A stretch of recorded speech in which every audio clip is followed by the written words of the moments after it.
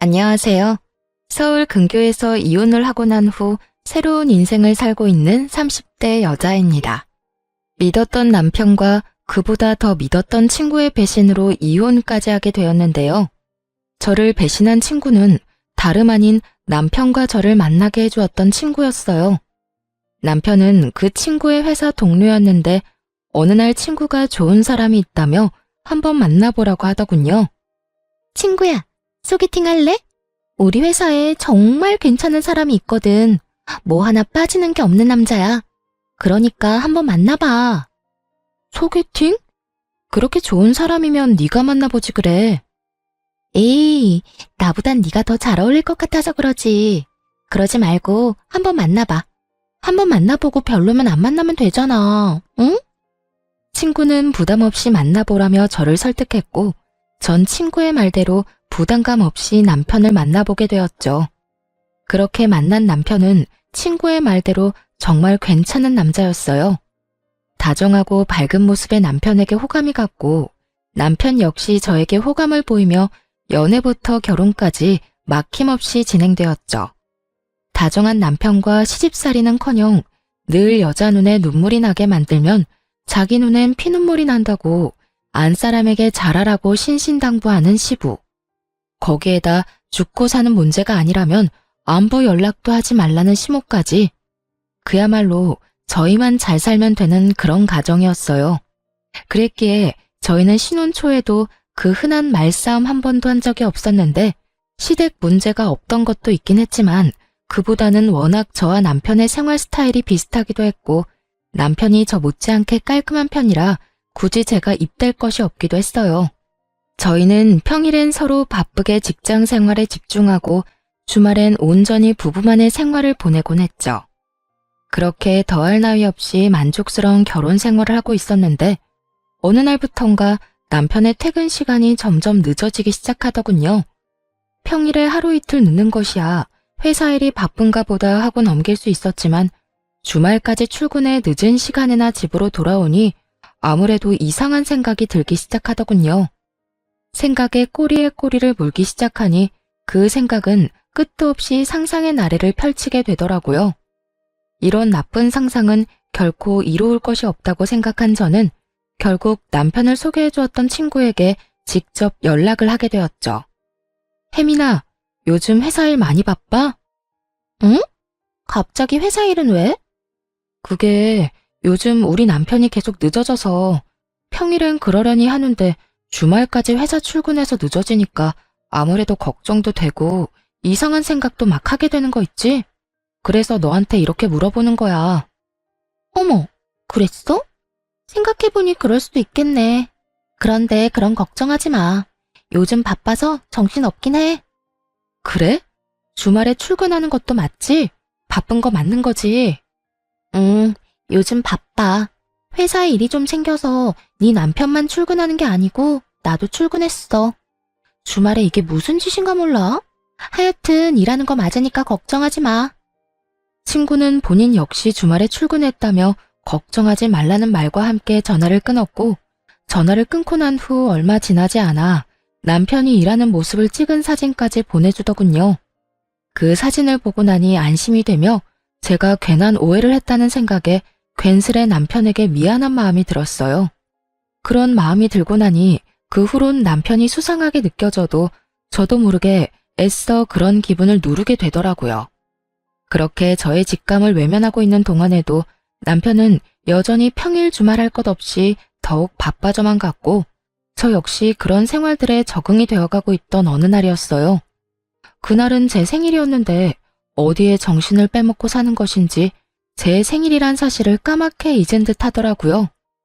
연애 시절 내내 다른 건 몰라도 제 생일엔 보온병에 미역국을 담아 챙겨주던 남편이었는데 아무리 결혼을 하고 바쁘다고 한들 생일에 대한 언급 한 번 없다는 사실이 섭섭하게 다가오는 것은 어쩔 수 없더군요.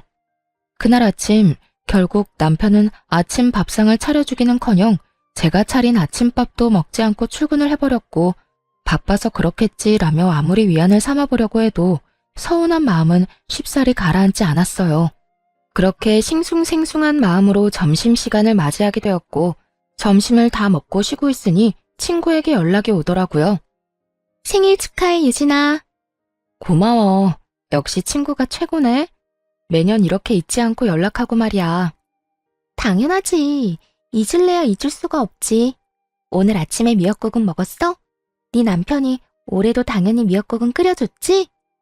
연애 시절부터 저희 부부를 지켜봤던 친구는 당연하다는 듯 미역국을 먹었냐고 물어왔고, 전 그 순간 실망한 목소리를 감추지 못한 채 하소연을 하게 되었어요.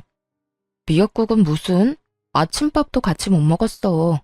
회사 일에 정신이 다 팔려버렸는지 내 생일인 것도 기억 못하는 것 같더라니까. 바빠서 그럴 거라고 하고 생각은 하는데 섭섭한 건 어쩔 수가 없네. 그래? 난 당연히 챙겨줬을 거라 생각했는데. 사실은 며칠 전에 네 남편이 휴대전화로 여자 목걸이를 신중히 고르는 걸 봤거든. 아, 저녁에 파티해주려고 하는가 보다. 정말? 목걸이를? 그래. 그러니까 너무 나쁘게 생각하지 말고 조금만 기다려봐. 그래야겠다. 그깟 선물이 뭐라고 또 마음이 풀리네. 으이구, 다 그렇지 뭐. 일단 끊고 기다려봐. 친구의 전화를 끊고 전 섭섭했던 마음이 풀리며 괜한 기대를 품게 되더라고요. 남편이 친구의 말처럼 여자 목걸이를 고르고 샀다면 그건 제 것이라 확신했기 때문이었어요. 전 기대감에 부풀어 퇴근 후 집에서 남편을 기다렸고, 하염없이 기다리고 또 기다려도 남편은 연락을 하지도 받지도 않고 집에도 오지 않더라고요. 그렇게 남편을 기다리던 저도 모르는 사이 잠이 들었고 깜짝 놀라 잠에서 깨어나 보니 아침이더군요. 언제 들어온 줄도 알 수 없는 남편의 씻는 소리가 들려오고 그 순간 짜증이 확 치솟아 올랐어요. 그래서 씻고 나오는 남편을 향해 추궁 아닌 추궁의 말을 하게 되었죠. 도대체 언제 들어온 거야? 전화는 왜 안 받아? 그렇게 늦을 거면 전화라도 해주던가. 전화할 상황이 안 되면 오는 전화라도 받아주던가. 기다리는 사람은 생각도 안 해? 그때까지도 제 생일이었다는 사실을 꿈에도 몰랐던 남편은 일을 하다 보면 늦을 수도 있는 일이지 뭐 이렇게까지 화를 내냐는 반응으로 답하기 시작했어요. 3시쯤 들어왔는데 내가 놀다가 늦은 것도 아니고 바빠서 늦은 건데 그게 이렇게까지 화낼 일이야? 3시에 들어온 것도 회사에서 일하다가 나도 모르게 졸아서 그때 들어오게 된 거야. 내가 오죽 피곤했으면 회사에서 일하다가 잠이 들었겠냐고. 바쁜 거 뻔히 아는 사람이 꼭 이렇게까지 몰아붙여야겠어? 아무리 바쁘다고 해도 마누라 생일에도 늦는 건 정말 너무하는 거 아니야? 그리고 연락 한 통 못할 만큼 바쁘다는 게 말이나 돼? 당신이 나한테 전화 한 통 할 시간에 회사가 망하는 것도 아닐 거 아니야. 그제야 남편은 제 생일이란 걸 깨달은 듯 크게 당황하며 흔들리는 눈빛으로 저를 보더군요. 여보, 정말 미안해. 내가 진짜 너무 정신이 없어서 당신 생일이란 걸 잊어버렸어. 진짜 미안. 내가 진짜 왜 그랬지? 다른 것도 아니고 당신 생일을 잊다니. 미안해. 바쁘다 보면 그럴 수도 있다고 생각은 하는데 생일이랑은 상관없이 아무리 바쁘다고 한들 연락 한 통 없다는 건 너무한다고 생각해. 사실 이해도 되지 않고 말이야. 그래, 내가 생각이 짧았어. 전화할 시간에 빨리 일 끝내고 가는 게 더 나을 거라고 생각해서 정신 빼놓고 일했던 건데 미안. 내가 너무 내 생각만 하고 당신 입장에선 생각하지 않았던 것 같네. 생일 잊은 건 진짜 너무 미안해. 됐어. 매년 있는 생일. 당신이 미안하다고 하는 순간 그건 다 풀렸어. 얼른 출근 준비해. 늦겠다. 이해해줘서 고맙고 다시 한번 너무 미안해. 남편은 거듭해서 저에게 사과의 말을 건넸지만 끝끝내 목걸이는 주지 않더라고요. 그런 남편을 보며 친구가 착각을 했나 싶기도 했지만 아무래도 수상한 기분을 지울 수가 없었습니다. 그렇게 남편에 대한 의심이 커지면 커질수록 친구에게 의지할 수밖에 없는 상황이었는데 제가 불안해할 때마다 친구가 회사 일이 바쁘다, 정말 남편도 야근 중이라며 사진을 보내주곤 했기 때문이었어요. 하지만 친구의 증언에도 불구하고 전 남편이 의심스러웠고 결국 친구와 또 의논을 하게 되었죠. 잘 지내지? 일이 바빠서 안 본 지 꽤 오래된 것 같아. 그러게. 그런데 혜민아, 나 의논할 게 있는데 너 비밀 지켜줘야 한다. 당연하지. 무슨 일이길래 비밀이란 말까지 나오는 거야? 나 아무래도 우리 남편 의심스러워서 안 되겠어. 들어보니까 흥신소 같은데 의뢰도 많이 하는 것 같던데 나도 거기에 말해서 우리 남편 뒤 좀 밟아볼까 봐. 저는 조심스럽게 말을 꺼냈고 제 말에 친구는 뭘 그렇게까지 하냐며 방귀를 들고 나서더군요. 뭐? 흥신소? 뭘 그렇게까지 해. 내가 네 남편 감시도 해주고 하물며 사진까지 찍어서 보내주는데도 뭐가 불안하고 못 믿어와서 그렇게까지 하냐는 말이야. 여자 촉이란 게 있잖아. 네가 말했던 목걸이도 나한테 주지도 않았고 매번 연락도 없이 늦는 것도 그렇고 물론 네 말이랑 네가 보내준 사진을 못 믿는다는 건 아닌데 하여튼 내 느낌이 그래.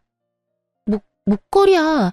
내가 착각한 걸 수도 있는 일이고 일이 정말 바빠서 늦는 거라고 그렇게 말했는데도 네가 그렇게 느낀다고 하니 내가 더 어이없는 거 알아?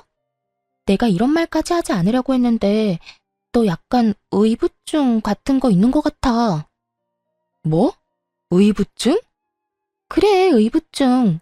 그러지 않고서야 내가 그렇게나 말하고 사진까지 보내줬는데도 못 믿고 의심한다는 게 말이 안 되잖아. 다른 사람도 아닌 가장 친구인 내가 다 증언해주는데 그것조차 못 믿는다니까 나도 기분이 안 좋아지려고 해. 아, 네 말도 틀린 말도 아닌데 부부만 느껴지는 그 미묘한 느낌이 있어서 그래. 왜인지 모르게 남편이 멀어졌다는 느낌이랄까? 어딘가에 정신을 빼놓고 사는 느낌이랄까? 뭐라고 표현하기 힘든데 하여튼 그런 느낌이 자꾸 들어. 너 진짜 병원 한번 가보는 게 어때? 기분 나쁘게만 듣지 말고 내가 정말 걱정되어서 그래. 너 그런 식으로 사람 끝도 없이 의심하다가 네 남편이 알면 어떻게 하려고 그래? 네 남편이 얼마나 너한테 실망하겠어. 자기는 가정을 위해서 그렇게나 열심히 일하고 있었는데 넌 뒤에서 엄한 오해나 하고 있었다는 사실 알아봐. 나 같으면 실망을 넘어서 너랑 살 생각이 뚝 떨어질 것 같아. 친구의 입에선 의부증이란 말까지 나오며 언짢은 기분을 숨김없이 표현하더라고요. 의부증이란 말을 들은 그 순간엔 화가 나기도 했지만 친구의 말을 가만히 들어보니 아예 일리가 없는 말은 아니란 생각이 들었어요. 친구의 말대로 남편은 열심히 일만 하는 것인데 제가 괜한 오해라도 하고 있는 것이라면 그것만큼 기분 나쁜 일은 또 없을 거란 생각이 들었으니까요. 친구가 보내준 사진도 그렇고 친구의 말처럼 정말 남편은 야근 중인 것이 확실한데 저만 혼자 남편을 믿지 못해 환장한 여자 같다는 느낌마저 들더군요. 그렇게 제가 혼자 고민에 빠져 있을 때쯤 남편은 친구에게 무슨 이야기라도 들은 것인지 평일은 여전히 늦었지만 주말엔 다시 저와 시간을 보내며 저에게 신경 쓰는 모습을 보이더라고요. 다시 찾아온 안정적인 생활에 불안감을 떨쳐내던 어느 날이었어요. 그날은 친정엄마의 생신을 맞이하여 주말에 식구들이 다 모여 밥을 먹기로 한 날이었어요. 그런데 전날까지도 아무 말 없던 남편이 당일 아침 갑자기 회사에 급한 일이 생겼다며 가봐야 한다고 하더라고요. 여보, 어떻게 하지? 나 지금 좀 가봐야 할 것 같아. 어? 지금? 왜? 무슨 일 생겼어? 갑자기 회사에 급한 일이 생겼다네. 다른 사람이 처리할 수 있는 일이면 다른 사람 보낼 텐데 내가 담당자라서 마땅히 맡아줄 사람이 없네. 거기에다 주말이니까 다른 사람한테 부탁하기가 더 그래. 하필 오늘. 어쩔 수 없지 뭐. 얼른 가봐. 내가 부모님께는 잘 말씀드릴게. 그래, 미안해. 장모님께도 죄송하다고 전해주고. 남편은 급하게 집을 나섰고 저는 그런 남편의 모습을 보며 생각에 빠졌어요. 급한 일이 있다고 전화가 온 것도 아니었고 휴대전화를 들고 가만히 앉아있다가 갑자기 급한 일이 있다며 저렇게 뛰어나가 버리니 아무래도 이상하다 싶더라고요. 이쯤 되니 정말 제가 이상한 것인지 남편이 이상한 것인지 구분이 되지 않는 상태가 되어버렸고 저는 하는 수 없이 정말 마지막이란 생각으로 친구에게 전화를 걸었죠. 매번 이럴 때마다 친구의 도움을 받는 것이 미안하기도 했고 또 한편으론 창피하기도 했지만 그만큼 오래된 친구이고 믿는 친구였기에 전화를 걸어 물어보기로 결심한 것이었죠. 그런데 전화를 받은 친구는 다 죽어가는 목소리더라고요. 너 어디 아파? 목소리가 왜 이래? 몸살인 것 같아. 열이 39도까지 올라서 떨어질 생각을 안 하네. 뭐? 39도? 열이 그렇게 심한데 그러고 있으면 어떻게 해? 너 집이지? 병원은? 조금 있다가 가려고. 도저히 혼자 갈 수가 없어서 친구 좀 오라고 했어. 그래? 다행이네. 나한테 진작 연락을 했어야지. 내가 알았으면 진작 너한테 갔을 텐데. 괜찮아. 병원 다녀오면 괜찮아질 테니까 너무 걱정하지 마. 어이구, 참도 괜찮겠다. 집에 먹을 것도 없지? 죽 시켜놓을 테니까 병원 다녀오면 꼭 챙겨 먹고 약 먹어. 응, 고마워. 그렇게 걱정스러운 마음으로 전화를 끊으려는 순간 전 듣고야 말았습니다. 나 왔어. 많이 아파? 얼마나 급하게 간 것인지 다 느껴지는 헐떡이는 남편의 목소리를 말입니다. 헉헉거리면서도 그 목소리엔 걱정과 우려가 가득해 보였고 친구가 전화를 다급히 끊음으로 인해 저는 지금 친구의 집에 가 있는 남자가 제 남편임을 확신하게 되었습니다. 100번, 1000번을 생각해도 그건 남편의 목소리였고 차분히 이게 무슨 상황인가에 대해 흥분하지 않고 생각하려고 애썼어요. 친구가 남편을 소개해줬다는 것을 배제하고 생각을 해보니 그간 이해되지 않았던 조각조각들이 맞아떨어지며 제가 친구라고 믿었던 가장 오래되고 가장 의지했던 친구가 더는 친구가 아닌 상간녀라는 사실이 와닿기 시작했어요. 남편보다 친구에 대한 배신감이 더욱 커 손발이 다 떨려오더라고요. 우선 마음을 진정시키고 친구가 눈치채지 못하게 약속했던 죽을 보내고 걱정스러운 마음이 가득한 문자를 보내주었어요. 제가 그런 문자까지 보내자 친구는 안심하는 듯했고 친구는 한술 더 떠 괜히 이런 말을 하더라고요. 요즘 회사가 바빠서 네 남편은 오늘도 출근한 걸로 아는데 내가 아파서 큰일이네. 너 요즘 걱정도 많은데 내가 나서서 네 남편 일을 좀 도와야 일찍 퇴근도 하고 그럴 텐데 말이야. 네가 보낸 죽 먹고 내가 얼른 나와서 네 남편에게 도움이 되도록 할게. 모든 사실을 알고 이 문자를 받게 되니 이때껏 저를 이딴 식으로 속였다는 생각이 확 들며 정말 이가 다 갈리게 화가 나더군요. 얼마나 제가 멍청하고 만만해 보였으면 다른 사람도 아닌 가장 친한 친구의 남자와 이딴 짓을 벌이나 싶기도 했고요. 그날 전 모든 것을 확실하게 알게 되었고 제가 알게 된 모든 것에 확신하게 되었습니다. 전 바로 상간녀가 그렇게 말리던 흥신소에 의뢰하게 되었고 며칠 뒤 두 사람이 어떻게 관계를 가지고 있는지 더 자세히 알게 되었죠. 안녕하세요. 지금까지 조사한 사실을 알려드리려고 연락드렸습니다. 우선 남편분과 상간녀는 함께 움직이는 일이 거의 없더라고요. 아주 조심성이 뛰어나고 철저하게 관계를 숨기고 있었어요. 사모님이 알고 계신 것처럼 야근을 하긴 하는데 기껏해야 7, 8시까지 하고요. 상간녀가 동료들이랑 먼저 퇴근을 하고 나면 1시간쯤 뒤에 남편분이 슬슬 회사에서 나와 차를 몰고 상간녀 집 근처로 가더라고요. 그리고는 근처에 차를 세워두고 택시 타고 상간녀의 집으로 가는 것을 확인했습니다. 어찌나 조심 또 조심하는지. 제가 이 일 시작한 지 꽤 됐는데도 쫓는 내내 긴장이 다 되더라고요. 그 정도로 조심성이 많은 사람들이라 외부에선 둘만의 시간을 보내는 일은 전혀 없었고요. 사람들과 다 함께 있을 때조차 말 한 번 섞는 일이 없었어요. 그런데 그 미묘한 눈빛 교환을 하는 순간이 있었는데 그 순간마다 상간녀가 습관처럼 목걸이를 만지작거리더라고요. 아마 그 목걸이를 남편분이 사준 것 같았어요. 일단 사진들은 따로 보내드릴 거고 조금 더 지켜보고 또 연락드리겠습니다. 끝끝내 풀리지 않았던 목걸이에 대한 궁금증이 풀리던 순간이었어요. 남편이 고르고 있던 목걸이는 제 생일 선물이 아닌 상간녀의 선물이었고 그것이 자신의 선물이라곤 생각지도 못했던 상간녀가 저에게 실수로 목걸이 이야기를 해버렸던 것이었죠. 생일 당일 남편은 상간녀에게 목걸이를 걸어주며 좋은 시간을 보내느라 그 새벽에 들어온 것이었어요. 외도 사실을 알게 되며 대충 예상은 했었지만 퍼즐 조각이 점점 더 맞춰질수록 그 절망감과 배신감은 정말 말로 할 수 없을 정도로 크게 다가오더군요. 전 도무지 이게 다 어떻게 된 일인지 더 알아볼 필요성을 느꼈고 한 달에 한 번씩 있는 남편의 회식 날만 기다렸죠. 남편은 늘 그렇듯 그날 역시 만취가 된 상태로 집으로 돌아왔고 전 남편의 손가락으로 남편의 휴대전화 잠금을 풀어 살펴보게 되었습니다. 그곳엔 두 사람의 대화가 고스란히 남아 있었는데 그 내용은 정말 충격 그 자체였어요. 자기, 오늘도 집에 바로 가? 알겠지? 왜? 요즘 계속 집에 바로 가서 집사람도 이제 의심 안 하는 것 같은데. 내가 말했잖아. 유진이가 흥신소에까지 의뢰하려고 했었다고. 이럴 때 당신이 계속 의심스러운 행동 해봐. 내가 의부증으로 몰든 말든 그냥 하고 싶은 대로 하고도 남으래라니까. 이번 주까지는 그 일찍 집에 들어가고 다음 주부터 우리 집에 놀러와. 꼭 이렇게까지 조심해야 해? 그냥 당장 이혼하고 같이 살고 싶어. 그러게 나한테 처음부터 관심도 있었다는 사람이 왜 집사람을 소개해 준 거야?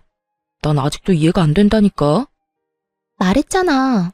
나는 자기가 나한테 관심이 있으면 내가 해준다는 소개팅은 안 받을 거라고 생각했다니까.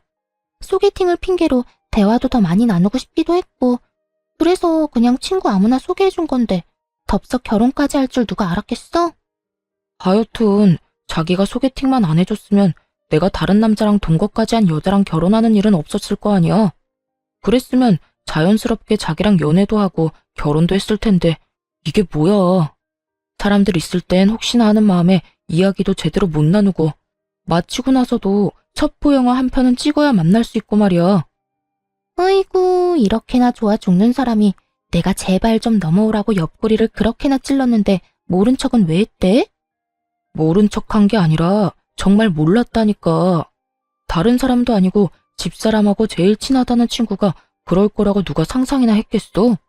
자기는 내가 그렇게나 좋았어? 친한 친구랑 결혼까지 하게 됐는데도 포기가 안 될 만큼? 응, 나 자기 결혼하는 날 얼마나 후회의 눈물을 흘렸는지 몰라.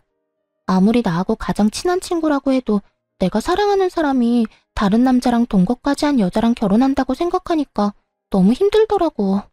그것도 나 때문에 만나게 됐다고 생각하니까 더 힘들고 마음도 아팠다고. 그래서 그냥 다시 내가 뺏어오자 싶어서 죽자고 꼬신 거지 뭐. 자기 덕분에 나도 집사람의 본 모습도 알게 되고 진정한 사랑도 찾게 됐네. 내가 앞으로 잘할게 자기야. 대화를 살펴보니 상간녀는 오래전부터 남편을 좋아하고 있었는데 남편의 마음을 실험해보고 싶기도 하고 그 계기로 친해지고 싶기도 해 겸사겸사 하는 마음으로 저를 소개시켜준 거였더군요. 그런데 예상치 못하게 저희가 결혼까지 하게 되어버렸고 그 후에도 남편에 대한 감정이 접어지지 않았던 상간녀는 급기야 남편을 유혹해 불륜 사이까지 발전한 것이었어요. 남편이 결정적으로 상간녀에게 넘어가게 된 계기가 저의 결혼 전 동거 때문인 듯 했는데 그건 사실이 아니었고 그저 상간녀가 저희 사이를 멀어지게 하기 위해 잊지도 않은 동거남을 만들어냈던 것이었죠. 아무리 남자의 눈이 멀었다고 한들 어떻게 자신의 이득만을 위해 친구의 인생을 이렇게나 망가뜨릴 수가 있는 것인지 전 도무지 이해되지 않더군요. 믿었던 만큼 저의 분노는 더 컸고 더는 당하고만 있지 않겠다고 다짐 또 다짐하게 되었죠. 전 완벽한 증거들을 위해 남편 놈에게 더는 잔소리도 하지 않았고 친구에게 연락해 남편을 믿어 의심치 않는다는 듯 흘려주었어요. 잘 지내지? 몸살은 좀 어때? 좀 괜찮아졌어? 그럼 그게 언제적 일인데. 죽 잘 먹었어? 그나저나 넌 어때? 잘 지내? 나야 잘 지내지. 네 말대로 우리 남편 더는 의심 안 하려고 노력하고 좋은 시선으로 보면서 이해하려고 노력하니까 나도 마음이 한결 편해지는 거 있지? 그래서 그런지 부부 사이도 더 좋아진 것 같기도 하고 말이야. 다 혜민이 네 덕이야. 네 덕에 나 요즘 너무 행복해. 참 고맙다 정말. 그래. 네가 행복하다니 나도 행복하네. 어찌되었든 남편이랑 좋아졌다니 정말 다행이다. 그나저나 우린 언제 보니?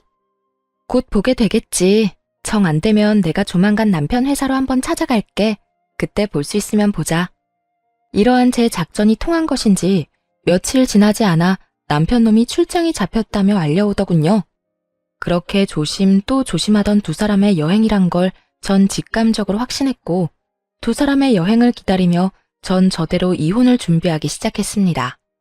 나름대로 바쁜 시간을 보내다 보니 남편은 출장을 간다며 여행길에 나섰고 전 바로 그날 상간녀와 결혼 이야기가 오가고 있는 남자를 불렀어요.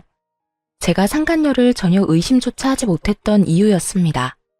저의 가장 친한 친구이기도 하지만 같은 회사에 다니고 있는, 그것도 결혼 이야기가 오갈 정도로 진지하게 만나고 있는 남자가 있는데 제 남편과 그딴 짓을 벌이고 있을 거라곤 상상조차 하지 못했던 것이었죠. 심지어 그 남자는 회사 내에서도 능력이 좋아 많은 여자들이 노리고 있다고 들은 적이 있는 남자였기에 정말 확실하게 결혼할 남자가 맞는 것인지 확인이 필요하기도 했고, 정말 맞다면 모든 사실을 알릴 필요가 있다고 생각했어요. 우선 전 제 소개를 하며 상간녀와의 관계에 대해서 물었고, 두 사람의 관계는 제 생각보다 더 진전이 된 사이더군요. 저희는 이제 상견례만 앞두고 있습니다만 혜민이 친구분께서 굳이 저한테 왜 이런 걸 물으시는지 좀 궁금하네요. 아, 죄송해요. 저도 상황이 워낙 경황이 없어서 무례를 저질렀네요. 다름이 아니라 혜민이가 제 남편이랑 만나고 있더라고요. 아무래도 아셔야 할 것 같아서 이렇게 만나 뵙자고 했어요. 이 사실을 말씀드리기 전에 사실 확인이 필요해서 그렇게 여쭤본 거고요. 이런 이야기일수록 빙빙 돌릴 필요가 없다고 생각한 저는 바로 본론을 말해버렸고, 남자는 믿기지 않는 현실에 한동안 멍하니 저를 보더니 무거운 입을 떼더라고요. 그러니까 혜민이가 지금 유부남을 만나고 있다는 말씀인가요? 그것도 친구 남편을요? 아니, 제가 지금 헷갈리고 있는가 싶어서 여쭤보는 건데 혜민이랑 가장 친한 친구가 유진 씨 아니신가요? 네, 맞아요. 제가 그 혜민이랑 가장 친한 친구라고 생각했던 박유진입니다. 호진 씨도 지금 믿기지 않겠지만 저 역시 처음엔 믿기지 않았어요. 동시에 제가 모았던 증거들을 남자에게 보여주었고, 남자는 한참을 그 사진들과 대화 내용들을 살펴보더라고요. 할 말을 잃은 남자에게 이어서 다른 사실을 알려주었어요. 혜민이 2박 3일 동안 어디 간다고 하지 않던가요? 네, 친구분 중에 다은 씨랑 여행 간다고 했어요. 아, 다은이요? 저도 잘 알죠. 그런데 해외에 살고 있는 다은이랑 무슨 여행을 어떻게 간다는 걸까요? 심지어 다은이는 지금 만삭이라 비행기 타는 것도 무리일 텐데요. 그러면 도대체 설마 그쪽 남편이랑 떠난 건가요? 네, 제 남편은 회사에서 급하게 출장을 간다고 하더라고요. 공교롭게다 2박 3일 동안 말이죠. 우연이라 하기엔 너무 맞아떨어지지 않나요? 그제야 남자의 눈빛이 거침없이 흔들리기 시작하더군요. 그 흔들리는 눈빛의 의미는 그제야 제 말을 믿는다는 뜻과 다름이 없었고, 저희는 복수라는 배를 함께 타기로 했습니다. 그렇게 저희가 복수 계획을 세우는 사이 남편과 상간녀는 가짜 출장, 가짜 여행에서 돌아왔고, 흥신소에서 실시간으로 보내준 사진에는 두 사람의 행복한 모습으로 가득하더군요. 대망의 다음 날, 남편은 출근을 했고 전 점심시간 때쯤 회사로 찾아갔죠. 제가 회사에 가니 이미 상간녀는 자신의 약혼자 앞에 서서 빌고 있고, 남편은 상간녀의 약혼자 앞에 서서 고개를 푹 숙이고 있더군요. 그야말로 난리도 그런 난리가 또 없더군요. 전 상황을 지켜보다 그 사람들에게 다가갔고, 저를 발견한 상간녀가 다가와 양심도 없이 화를 내기 시작하더군요. 네가 어떻게 나한테 이럴 수가 있어. 다 알았으면 나한테 뭐라고 하면 되지. 왜 내 예비 신랑한테까지 다 말하냔 말이야. 네가 이러고도 내 친구야? 누가 누구한테 하고 싶은 말인데 낯짝도 두껍게 이런 말을 하는 상간녀를 보며 이 정도 뻔뻔하면 돼야 친구 남편이랑 놀아나는구나 싶더라고요. 저도 쏟아붓는 상간녀를 향해 지지 않고 쏘아 붙여줬어요. 친구? 네가 지금 나한테 친구라는 단어를 쓸 자격이나 된다고 생각하니? 친구 남편이랑 놀아난 주제에? 애초에 내 남편이 그렇게 좋았으면 네가 갔지 왜 나한테 소개해준 거니? 이 모든 게 다 너 때문이란 생각은 안 해? 양심이 없으면 염치라도 있던가, 그마저도 없으면 눈치라도 있어서 입을 다물고 있던가. 네 입에서 나오는 한마디 한마디가 다 주옥 같아서 내가 이 상황에 웃음이 다 나오려고 한다. 나라고 두 사람이 결혼까지 할 거라고 생각하고 소개했겠어? 그리고 난 네 남편이랑 너 이혼까지 시킬 마음이 없었다고.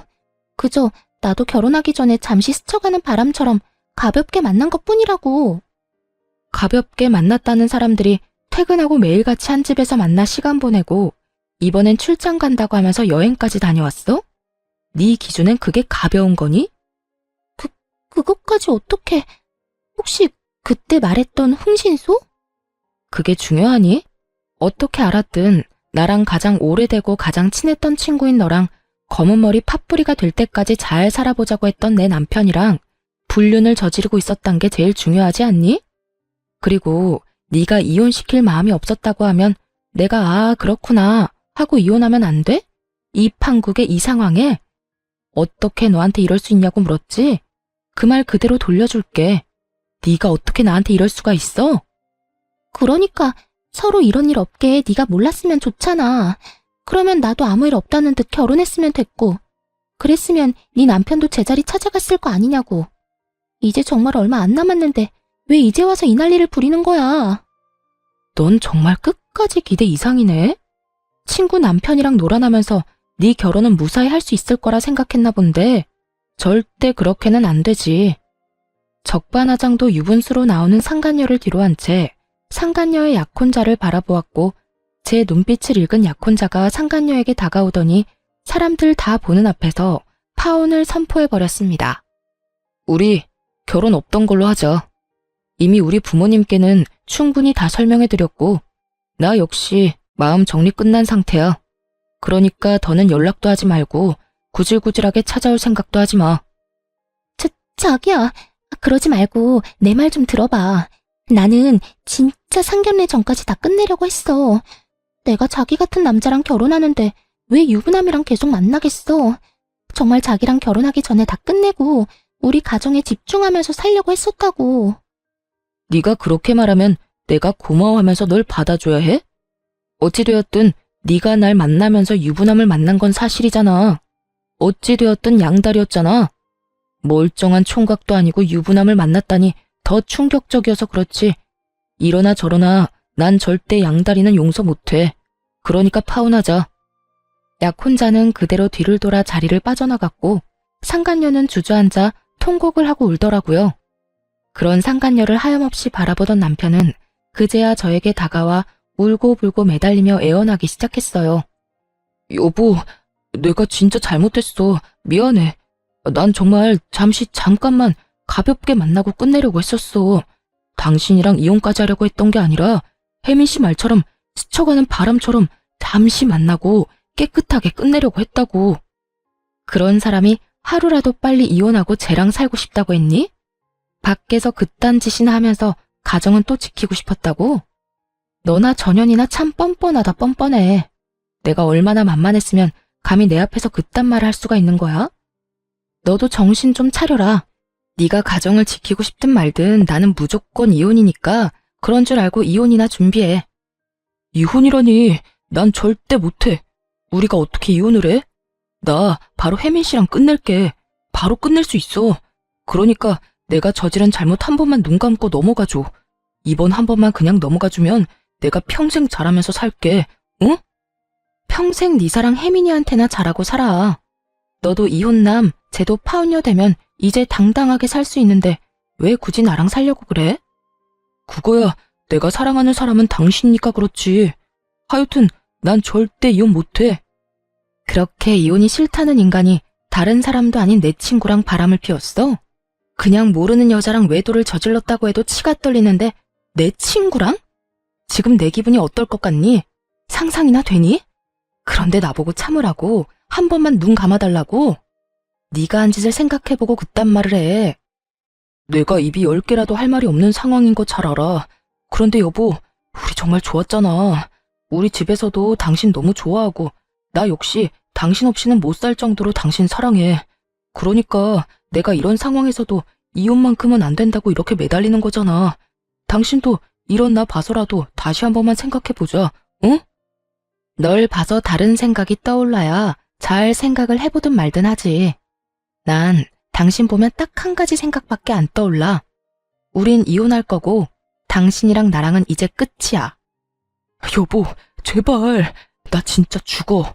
나 당신 없으면 진짜 큰일 날 수도 있다고. 그건 당신 문제니까 당신이 알아서 하고. 소장 보낼 테니 그거나 잘 받아보고 법원에서 만나자. 전 마지막까지 울고불고 매달리는 남편을 뿌리치고 나오며 시댁에 전화를 걸어 모든 사실을 알려버렸고 그 후 이혼을 진행하게 되었어요. 당연히 두 사람 모두에게 위자료를 받게 되었고 또 당연하게 두 사람은 회사에서 나오게 되었죠. 그 많은 사람 앞에서 그 꼴을 다 보였는데 어떻게 회사 생활이 가능하겠어요? 전 남편은 저와 결혼을 하며 이것저것 준비하느라 이미 퇴직금을 다 써버려 위자료를 대출받아 주었고 상간녀 역시 별반 다르지 않았죠. 빚쟁이인 두 사람은 하는 수 없이 전 시댁에서 신세를 지고자 찾아갔지만 모든 사실을 알고 있던 부모님들은 두 사람이 준비한 말을 꺼내기도 전에 두 사람을 쫓아내버렸다고 하더군요. 그렇게 빚쟁이 두 명이 잘 살아가겠지 했는데 1년도 채 지나지 않아 상간녀에게서 전화가 왔더라고요. 이미 전화번호도 다 바꿔버려 연락될 일이 없을 거라 생각했는데 지인들에게 물어물어 전화했다고 하더군요. 왜 전화했는데? 전화한 용건이 뭐냐고. 너 왜 나한테 말 안 했어? 왜 나한테 이런 집안이란 걸 말하지 않았느냐고. 시어머니가 무슨 벼슬인지 아나. 하루가 멀다고 연락해와서 날 들들 볶아대는데 내가 아주 못 살겠다고. 네가 진작 이런 집안인 걸 말해줬으면 내가 이런 남자랑 살지도 않았을 거 아니야. 이야기를 들어보니 저에겐 한없이 다정하고 간섭조차 하지 않던 전시모가 상간녀에겐 모진 시집살이를 시키는 듯 하더라고요. 상간녀는 울분을 토하며 저를 원망하고 있었고 전 그런 상간녀에게 있는 사실 그대로 다 말해주었어요. 어머, 너한텐 시집살이 시키니? 어머님이 나 있을 땐 죽고 사는 문제 아니면 전화도 하지 말라고 해서 난 그런 분인 줄 몰랐네. 뭐? 그런 사람이 나한테는 도대체 왜 그러는 거야? 그걸 몰라서 물어? 결혼 생활 잘하는 아들 이혼시킨 것도 모자라 회사까지 잘리게 만든 며느리 뭐가 예뻐서 잘해주겠어. 다 네가 저지른 죄에 대한 벌 받는다고 생각하고 달게 받아. 아니, 난 애초에 이해가 안 되는 게 그 정도도 각오 안 하고 남의 남편 뺏어갔던 거야? 파혼당하고 회사에서 잘리면 다 끝이라고 생각했던 거니? 이쯤 했으면 고함을 지르며 또 악다구니를 써야 할 상간녀가 벼랑간 펑펑 울기 시작하더군요. 도대체 왜 이러나 싶어 듣고만 있으니 상간녀는 저를 상대로 하소연을 하기 시작했어요. 네 전 남편. 그러니까 지금 내 남편 바람 피우는 것 같아. 요즘 일자리 알아본다면서 나갔다 하면 밤 12시 넘기는 건 기본이고 어떤 날엔 옷에서 여자 향수 냄새도 나. 이를 어쩌니 유진아? 시댁에서도 나를 못 잡아먹어서 난리고 남편은 바람이나 피우고 정말 너무 힘드니까 네 생각이 나더라. 그래서 전화했어. 도대체 왜 우나 했더니 이런 이유가 있더군요. 전 남편은 취업을 핑계 삼아 밖으로 나돌며 외도를 저지르고 있었고 본인이 그런 상황이 되자 예전에 자신이 뒤통수 때린 옛 친구가 그리웠던 거죠. 아무리 그래도 자신이 이렇게 연락할 처지가 못 되는데 얼마나 뻔뻔하면 이런 연락까지 하는지 한심해 죽겠더라고요.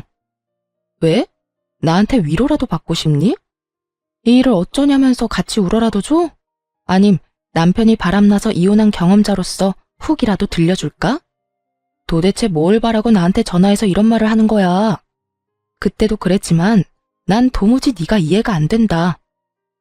그런 게 아니라 나도 흥신소에 의뢰라도 해볼까 싶어서 그래. 넌 어땠어? 흥신소 그런 거 무섭진 않았어? 야, 내가 그런 일을 겪게 됐는데 흥신소가 무서웠겠어? 그리고 아직 확실치도 않은데 흥신소는 무슨 흥신소야. 너 나한테 전화해서 이러고 있을 시간에 병원이나 가봐. 그거 의부증이라며 네가 말했잖아. 혹시나 네가 나한테 말했던 것처럼 정말 가정을 위해서 취업하려고 힘쓰고 있는데 네가 오해하는 거면 어쩌려고 그래? 너도 나처럼 이혼녀 되려고 그러니? 전 그 옛날 상간녀가 저에게 해주었던 말을 그대로 돌려주었고 상간녀는 노발대발 화를 내기 시작하더군요. 뭐? 의부증? 다른 사람은 몰라도 네가 나한테 그런 말을 하면 안 되지. 결국 그 남자가 나랑 바람 피워서 너 이혼했던 거 기억 안 나니? 기억나지. 그런데 그런 남자랑 사는 네가 나한테 전화해서 하소연하면 안 되는 건 모르니? 내 전 남편이자 네 남편이 바람을 피우는 것 같다고? 그 정도 외도면 그건 병인 것 같은데 그냥 데리고 살아라. 어쩌겠니? 뭐라고? 다 들었으면서 왜 못 들은 척해. 그냥 데리고 살라고. 네가 죽고 못 살아 나한테서 뺏어간 그 남자 업보라고 생각하고 그냥 잘 데리고 살아주라고.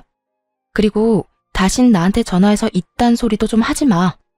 다신 연락도 말라는 제 말에 상간녀는 갑자기 불쌍한 척을 하기 시작하더니 다 기어서 들어가는 목소리로 매달리기 시작하더군요. 너랑 내 이야기 다 소문나서 애들이 내 이야기는 들어주지도 않아. 네 번호도 전화 10통은 넘게 돌려서 알아낸 거라고. 지금 내 상황이 이런데 내가 누구한테 하소연하겠어. 그러니까 너라도 나한테 좀 잘 대해주면 안 될까? 나 진짜 너무 힘들어서 그래. 이제 와서 친구 사이로 돌아가고 싶다는 듯 말하는 상간녀를 보는데 다시 화가 치솟아 오르더라고요. 제가 얼마나 만만했으면 지금 이딴 소리까지 뻔뻔하게 내뱉을 수 있는지. 난 너랑 다시는 연락도 하고 싶지 않아서 전화번호도 다 바꿨더니 이제 무슨 짓인지 모르겠다. 잘 대해달라고? 넌 진짜 내가 무슨 호구인 줄 아는구나. 우리 친구 사이는 이미 네가 내 남편이랑 놀아날 때 다 끝났고 난 지금도 앞으로도 너랑 연락하고 지낼 생각 없으니까 네 가정 일은 네가 알아서 하고 다신 전화 끊어. 전 그대로 전화를 끊어버렸고 그 후론 상간녀에게 전화는 오지 않았지만 문자는 오더라고요. 전 남편이 한눈에 봐도 어린 여자와 외도를 저지르고 있는 사진과 함께 말이죠. 이것 봐. 내 말이 맞았어. 저 여자 22살이란다. 정말 양심이라고는 없는 인간 아니니? 어떻게 띠동갑도 넘는 여자애를 만나. 나도 이혼할 거야. 이걸 어떻게 참고 살아? 네 말대로 이놈은 병이야, 병. 외도로 이혼한 놈이 재혼해서 또 외도를 저지르다니. 이게 말이나 된다고 생각하니? 상간녀는 저에게 맞장구라도 바라는 듯 물음표 가득한 문자를 보냈고 전 아무런 대답도 하지 않았어요. 그저 전 그 문자를 마지막으로 상간녀를 차단해버렸고 그들의 결말은 보지 않아도 뻔하다고 생각했습니다.